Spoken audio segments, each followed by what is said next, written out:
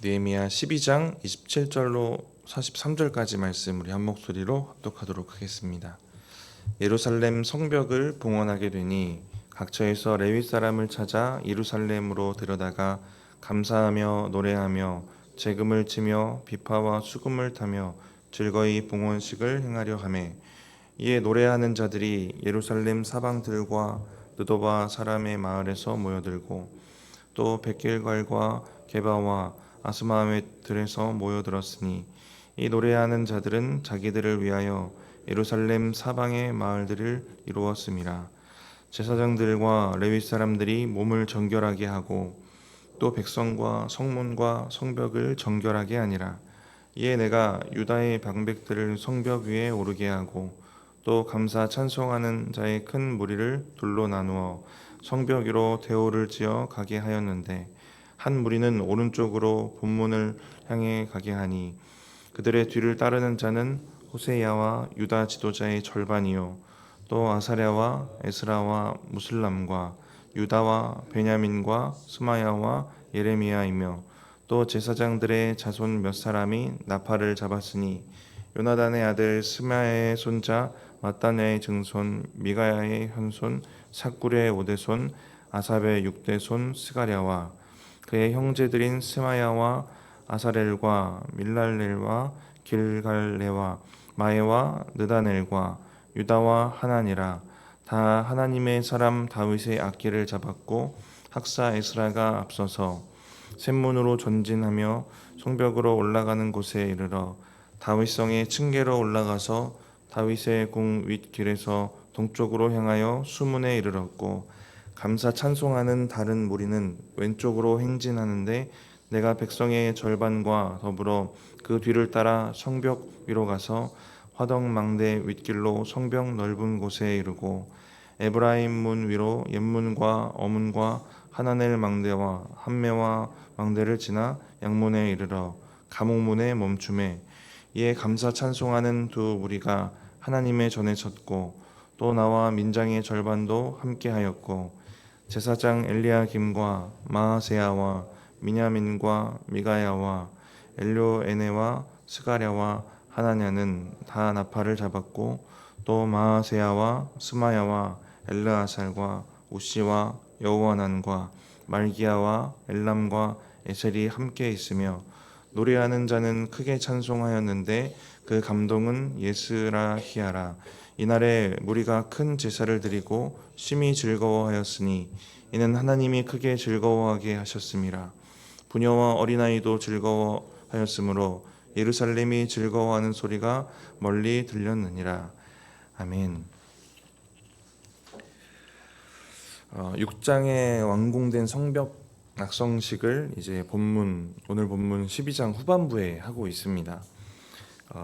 잘 아시듯이 그 사이에 많은 일들이 있었습니다. 문도 닳았고 리더도 세우고 수문 앞 광장에서 부흥회도 있었고 금식 회개 부흥회도 있었고 언약갱신하면서 서명도 하고 맹세도 했고 예루살렘 중심으로 인구 재배치도 했습니다. 많은 일들이 있고 나서야 12장이 시작되는데 12장 앞부분도 제사장과 레위인의 명단을 정리하고 이렇게 우리 성전 제사 제도가 확립이 되었다라는 걸 공포를 합니다. 그리고 이제 낙성식이 이어지는데 표면적인 이유는 성 안에 사람도 없고 이 커다란 행사를 이끌어갈 제사장과 레위인도 정리되지 않아서입니다. 그런데 전체적인 말씀드린 흐름을 보면 이렇게 되어야만 잘 되어지는 일입니다. 이게 영적 순서가 맞습니다. 그냥 껍데기뿐인 회복이 되면 안 되기 때문에 이 순서가 정확한 순서입니다. 이런 흐름 속에서 시작된 이 낙성식에는 어떤 은혜가 있었을까 우리 같이 살펴보도록 하겠습니다. 우리 27절 말씀 우리 다시 한번 읽어보겠습니다.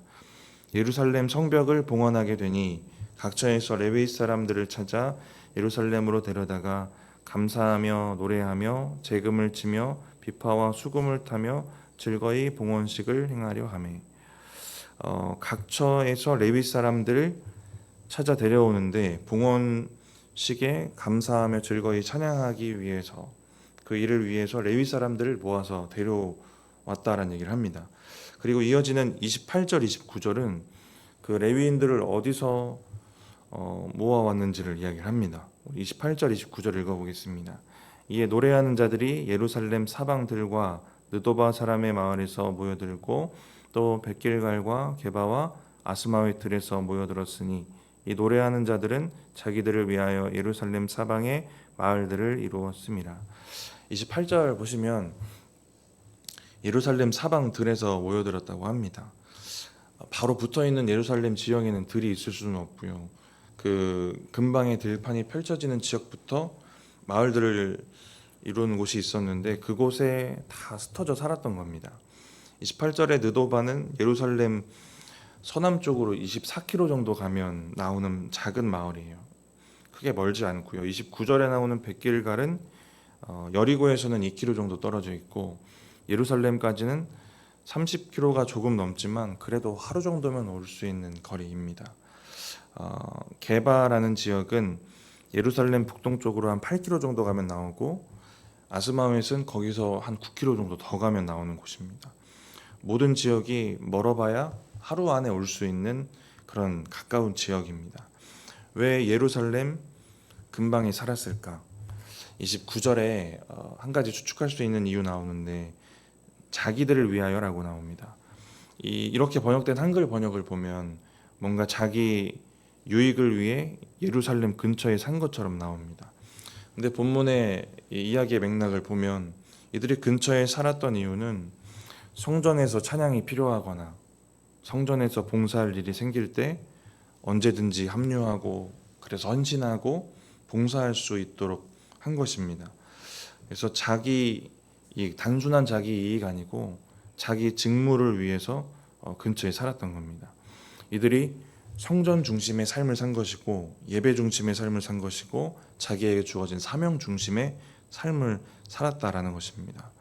11장에 인구제 배치에 대한 얘기가 11장에 나오는데 인구제 배치도 삶의 중심이 바뀐 겁니다. 자기의 안위와 먹고 사는 문제 중심으로 살 곳을 정하고 이동하면서 살아온 지난 과거를 이제 뒤로 하고 이제 회복의 은혜가 충만한 때에 이제 하나님 중심, 성전 중심으로 인구 재배치도 그렇게 이루어집니다. 근데 오늘 본문에 이 레위인들이 모여 살았던 그 가까운 그 장소를 보아도 이들이 자기의 직무 중심, 하나님 중심으로 또 예배 중심으로 살았다는 것을 알 수 있습니다. 은혜가 회복된 이스라엘은 하나님이 주신 기업 중심, 또 예루살렘과 성전 중심, 또 예배 중심, 주어진 사역과 사명 중심으로 살아갑니다. 은혜가 있었기 때문에 가능한 일입니다. 우리가 앞서 보았던 모습들, 또 오늘 성벽 낙성식 다 은혜가 충만한 모습들이에요. 그런 과정 가운데 이들의 삶이 성전 중심이 되고 예배 중심이 되고 또 사명 중심이 되었던 것을 우리가 볼 수 있습니다. 우리에게도 하나님이 주시는 은혜가 늘 충만하면 이렇게 살아갈 수 있는 것입니다. 오늘 본문의 레위인들과 같은 이러한 은혜와 삶이 저와 여러분에게 있기를 축복합니다. 이렇게 낙성식을 준비하기 위해 레위인들을 모으는 게 첫 번째 준비였고요. 두 번째 준비의 모습이 나오는 건 정결 예식을 합니다. 우리 30절 말씀 같이 한번 읽어보겠습니다. 제사장들과 레위 사람들이 몸을 정결하게 하고 또 백성과 성문과 성벽을 정결하게 하니라. 먼저 제사장들과 레위 사람들이 자기 몸을 정결하게 합니다. 그리고 백성들과 성문과 성벽까지 정결하게 합니다. 자세하게 묘사되어 있지는 않지만 속지 않은 제사가 드려졌을 것이고 몸과 또 옷을 깨끗하게 하는 일들을 했을 것입니다. 성벽과 또 성문 이런 건물을 정결하게 하는 방법은 레위기 14장의 내용을 참고해서 보면 제사장이 새의 피를 우슬초와 백향목, 홍색 실에다가 묻혀서 건물에 뿌리게 됩니다. 이런 예식을 하는데 이러한 정결 예식이 중요한 이유는 그동안의 삶을 청산했다라는 공식적인 선포이기도 합니다. 하나님의 거룩을 훼손하는 이방인들의 영향 속에서 살아왔던 그 기나긴 역사, 그 역사의 시간들을 지나왔고 이스라엘 스스로도 그 가운데 하나님의 거룩을 스스로 훼손하며 살았습니다. 이제 다시 거룩하고 정결한 하나님의 백성으로 새로운 시작을 하기 위한 공식적인 예식이 되는 겁니다. 근데 이스라엘의 역사들을 되돌아보면 이러한 역사의 새로운 전환점이나 시작점에 있어서 정결케 하는 이 예식들을 하나님 앞에서 행합니다. 한 가지만 생각해 보면 여호수아가 가나안 땅 정복하기 위한 그 시작점에 역사의 전환점입니다. 모세에서 여호수아로, 광야에서 가나안으로, 이런 역사의 새로운 시작점이고 전환점인데, 이때 행했던 일이 바로 거룩케 하는 일인데, 이때는 할례를 행합니다. 할례를 통해 백성들을 정결케 하는 일을 행하게 됩니다. 오늘 본문의 제사장 레위인들이 또 그리고 백성들과 성문, 건물까지 정결케 하는 일은 이제 이스라엘이 새로운 시작을 위해서 모든 준비가 끝났고 이제 새로운 시작이다라는 것을 공포하는 예식이 되기도 하는 것입니다. 새로운 시작점과 전환점, 우리도 살아가면서 이러한 순간을 맞이할 때가 있습니다. 우리에게 뭔가 대단한 갱신이 필요하거나 우리가 뭔가 영적으로 육적으로 철저히 무너져 내린 시점이거나, 우리 개개인의 역사를 보아도 이러한 시기가 있습니다. 이렇게 하나님 앞에 새롭게 시작해야 되는 때가 있어요. 그런데 제 묵상을 하면서 이런 뭔가 대단한 전환점이나 시작점이 아니어도 우리가 크고 작게 넘어지는 것들이 있는 것 같아요. 그래서 늘 수시로 크고 작은 새로운 시작점과 전환점을 마주하면서 사는 게 우리의 삶인 것 같습니다. 그래서 우리는 늘 정결케 하시는 예수님의 그 십자가를 의지하며 살 수밖에 없는 것입니다. 저와 여러분에게 이런 은혜가 있기를 바랍니다. 늘 우리를 정결케 하시고 새롭게 시작하게 하시는 십자가의 회복의 은혜 앞으로 나아가시는 저와 여러분들 되시기 바랍니다. 이러한 두 가지 정도의 준비의 모습이 나오고요. 이제 진행하는 모습들이 이어집니다. 낙성식 준비로 이제 레위인들 모았고 정결 예식했고요. 그리고 어떻게 진행이 되냐면 유다의 또 방백들, 리더들을 성벽 위에 오르게 하고 지도자들을 오르게 한 후에 찬양대들과 함께 성벽 위를 이제 행진하게 합니다. 우리 31절 같이 한번 읽어보겠습니다. 이에 내가 유다의 방백들을 성벽 위에 오르게 하고 또 감사 찬송하는 자의 무리를 둘러 나누어 성벽 위로 대오를 지어 가게 하였는데 한 무리는 오른쪽으로 분문을 향하여 가게 하니, 성벽에 올라간 큰 무리들을 둘로 나누었고 한 무리는 오른쪽으로 한 무리는 왼쪽으로 가게 합니다. 이들이 이제 성벽을 돌면서 행진하고 찬양을 하게 돼요. 찬양했던 목적은 뚜렷했겠죠. 하나님이 성벽이 완공될 때까지 베푸신 일, 포로 귀환에서 지금까지 베푸신 일, 이런 일들에 대한 감사와 또 하나님이 하신 일에 대한 감격과 또 성벽이 재건될 수 있도록 도우셨던 하나님에 대한 믿음의 고백들, 이런저런 마음을 가지고 행진하며 찬양하게 됩니다. 큰 무리들이 성벽을 돌았다. 이것을 통해 한 가지 또 확인할 수 있는 건 성벽이 부실 공사가 아니다라는 겁니다. 근데 이 공사가 튼튼하게 잘 되었다라는 이 얘기가 중요한 건 느헤미야 4장이 기억나시는지 모르겠는데 암몬 사람 도비아가 조롱하면서 했던 얘기가 있거든요. 이스라엘이 지은 성벽은 여우가 올라가도 무너질 것이다. 이스라엘이 지은 성벽이 그만큼 허술할 것이다라고 조롱했던 이방인들의 조롱이 있습니다. 4장 3절에 그렇게 이야기를 해요. 이런 대적들의 조롱이 떠오르지 않았을까요? 그렇게 튼튼하게 건축된 그곳을 행진하면서 대적들의 조롱이 떠오르고, 하지만 하나님이 이렇게 튼튼하게 건축하게 하신 것들을 걷고 직접 행진하면서 더 큰 감사와 감격이 이들에게 있었을 것입니다. 37절까지는 이렇게 오른쪽으로 행진한 무리들에 대한 이야기이고요. 또 함께했던 사람들의 명단도 기록되어 있습니다.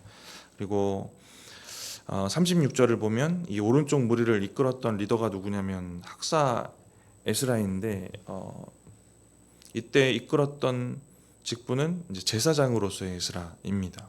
그리고 이 무리가 지나쳐간 곳이 나오는데 31절의 분문, 37절의 샘문과 수문입니다. 31절의 분문은 희생제사 그 제물들의 배설물이나 쓰레기들을 운반할 때 통과하게 되는 문입니다. 그래서 분문이라고 부르고요.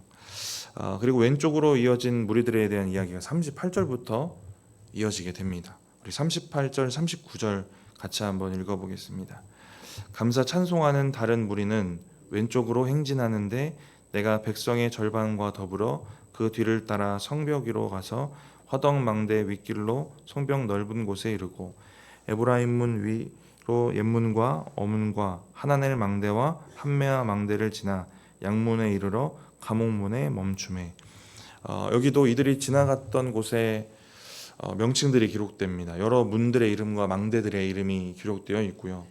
오른쪽으로 가는 무리들, 왼쪽으로 가는 무리들, 또 그들이 지나쳐가는 한 장소 한 장소가 기록되어 있습니다. 근데 이 장소들은 이들이 믿음으로 스스로를 희생하고 또 동참하고 헌신했던 장소입니다.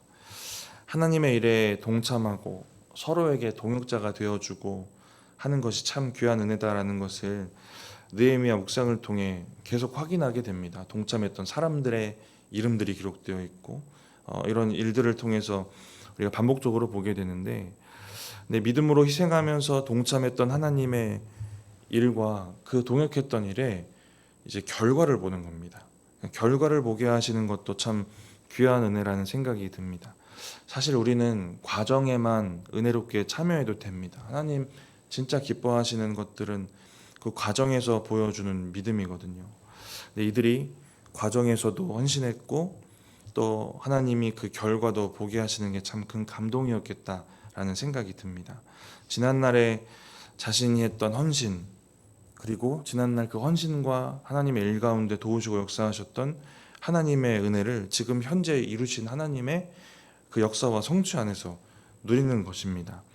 과정만 우리가 아름답게 하나님께 올려드려도 그것도 귀하지만 어떠한 열매들은 저와 여러분의 삶과 인생 가운데 하나님이 보게 하시는 그 은혜도 있기를 축복합니다. 자기의 헌신과 또 하나님의 일을 경험하시는 것, 이 두 가지 과정에서의 그 은혜는 분명히 또 동일하게 필요할 것입니다. 38절에 보면 내가라고 말합니다. 그 왼쪽으로 행진했던 그 무리에 있었던 사람인데, 내가라고 말하는 건 지금 말하고 있는 느헤미야입니다. 느헤미야가 왼쪽으로 행진했던 무리에 있었던 것입니다. 38절을 보면 중요한 건 느헤미야의 위치입니다. 찬송하는 무리들 뒤입니다. 제사장과 레위인 이런 순서로 갔을 것이고, 레위인들의 뒤를 따라서 느헤미야가 갑니다. 느헤미야의 위치가 뒤에요. 그런데 느헤미야의 지위는 가장 높은 총독입니다. 앞에 서려면 얼마든지 앞에 설 수 있는 권위가 있었고 자격도 충분하고 선두에 선다고 큰 법을 어기는 것도 아닙니다. 인격적인 이유 생각해 보면 느헤미야가 겸손한 사람이었기 때문일 것이고, 더 중요한 이유는 느헤미야가 가진 신앙과 신앙에서 나오는 분별이 있었기 때문에 그렇습니다. 36절을 보면 오른쪽 행렬을 이끈 에스라는 선두에 섭니다. 에스라가 제사장이기 때문에 그렇습니다. 느헤미야는 이 행사를 하나님께 드리는 예배라고 생각하고 예배처럼 올려드립니다. 그래서 거룩한 행사로 여기고 진행하고 있고, 거룩한 행렬이라고 생각하고, 거룩한 행렬을 이끌어가는 것은 당연히 제사장 가문이 되어야 되고 레위인이 되어야 된다, 이런 생각을 하는 겁니다. 제사장은 앞세우고 자신은 뒤로 빠집니다. 여기서 참 알 수 있는 건 앞서서 지나온 느헤미야의 모습에서도 드러나는데, 자기의 위치를 명확하게 알고 자기의 역할을 분명히 압니다. 그리고 그 위치와 역할에 대한 기준을 하나님 앞에서 세우는 사람입니다. 이렇게 큰 업적을 주도해서 이루어낸 사람인데, 가장 중요한 위치, 가장 사람들에게 인정받는 위치에 서고 싶은 마음도 있을 수 있거든요. 근데 자기의 위치와 역할을 하나님 앞에서 분별하고 있는 것입니다. 어떻게 이렇게 할 수 있을까? 몇 번 말씀드렸는데, 느헤미야서 전체적으로 중간중간에 보여지는 느헤미야의 믿음 중에 하나님만 기억하시면 됩니다라는 믿음이 있기 때문에 그렇습니다. 느헤미야 5장에 나오는 말씀 한 구절만 읽어드리면, 5장 19절에 내 하나님이여 내가 이 백성들을 위하여 행한 모든 일을 기억하사 내게 은혜를 베푸시옵소서. 5장에 느헤미야가 백성들에게 어떤 일을 베풀었냐면, 자기가 마땅히 받아야 될 총독의 녹을 받지 않습니다. 자기 것을 포기하고 오히려 자기의 종들까지 성벽 공사에 투입해서 일을 하게 됩니다. 자기가 백성들, 그 유대 형제들을 위해 했던 헌신들을 사람들 앞에서 작게라도 자랑하거나 형제들과 백성들 앞에 생색나거나 하는 일들을 하지 않고, 내가 너희를 위해서 이렇게 헌신했다, 내가 마땅히 받아야 될 총독의 녹도 안 받고 너희를 도왔다, 이 얘기를 하지 않아요. 사람들에게 읽어드렸던 19절을 보면 5장 19절에 하나님, 제가 이렇게 한 걸 하나님만 기억하시면 됩니다 라는 믿음으로 나아갑니다.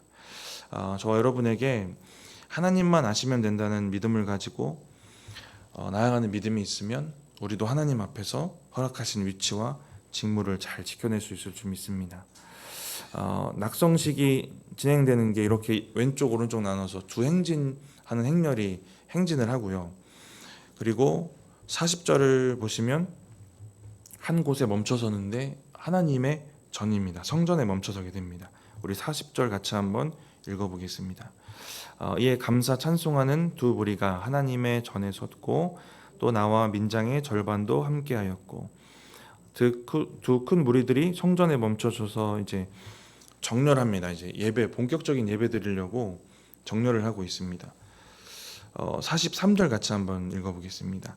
이날에 우리가 큰 제사를 드리고 심히 즐거워하였으니 이는 하나님이 크게 즐거워하게 하셨습니다. 부녀와 어린아이도 즐거워하였으므로 예루살렘이 즐거워하는 소리가 멀리 들렸느니라. 심히 즐거워하였다라고 하는데 이 즐거움이 어디서 왔냐면 하나님으로부터 옵니다. 하나님이 크게 즐거워하게 하셨다. 43절에 보시면 하나님이 크게 즐거워하게 하셨다라고 말씀하셨고, 그 즐거움이 멀리까지 들렸다라고 이렇게 마무리가 됩니다. 오늘 말씀을 마치면서 오늘 본문에 모여들었던 그 레위인들, 이들은 성전 근처에 삽니다. 성전 중심, 예배 중심, 사명 중심으로 삽니다. 저 여러분도 이렇게 살아가시길 바랍니다. 느헤미야처럼 하나님만 아시면 된다는 이 믿음을 가지고 자기의 위치와 직무를 잘 지켜내신 저와 여러분들 되시기 바라고, 또 그때 하나님이 주시는 그 큰 즐거움 속에 살아가시는 저와 여러분들 되시기 바랍니다. 기도하겠습니다. 하나님 감사합니다. 오늘 느헤미야 12장 성벽 낙성식 장면을 통하여서 우리의 삶이 성전 중심이 되어야 하는구나, 또 예배 중심, 또 하나님 중심으로 살아야 된다라는 것을 다시 한번 기억하게 하시니 감사합니다. 그들이 사명 중심, 또 직분 중심으로 살았던 것처럼, 또 느헤미야가 자기의 위치와 직분을 하나님 앞에서 분명히 깨닫고 살아갔던 것처럼, 하나님 그런 인생과 삶이 우리의 삶이 되어질 수 있도록 주님 인도하여 주시옵소서.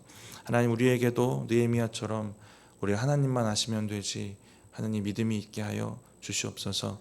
하나님 이 시간 주님 앞에 예물 드린 손길 기억하시고 그들의 삶 가운데 믿음의 복과 또 삶에서 필요와 또 삶에서 원하는 것들, 기도의 제목들이 이루어지는 역사가 있게 하여 주시옵소서. 감사합니다. 예수님의 이름으로 기도드립니다. 아멘.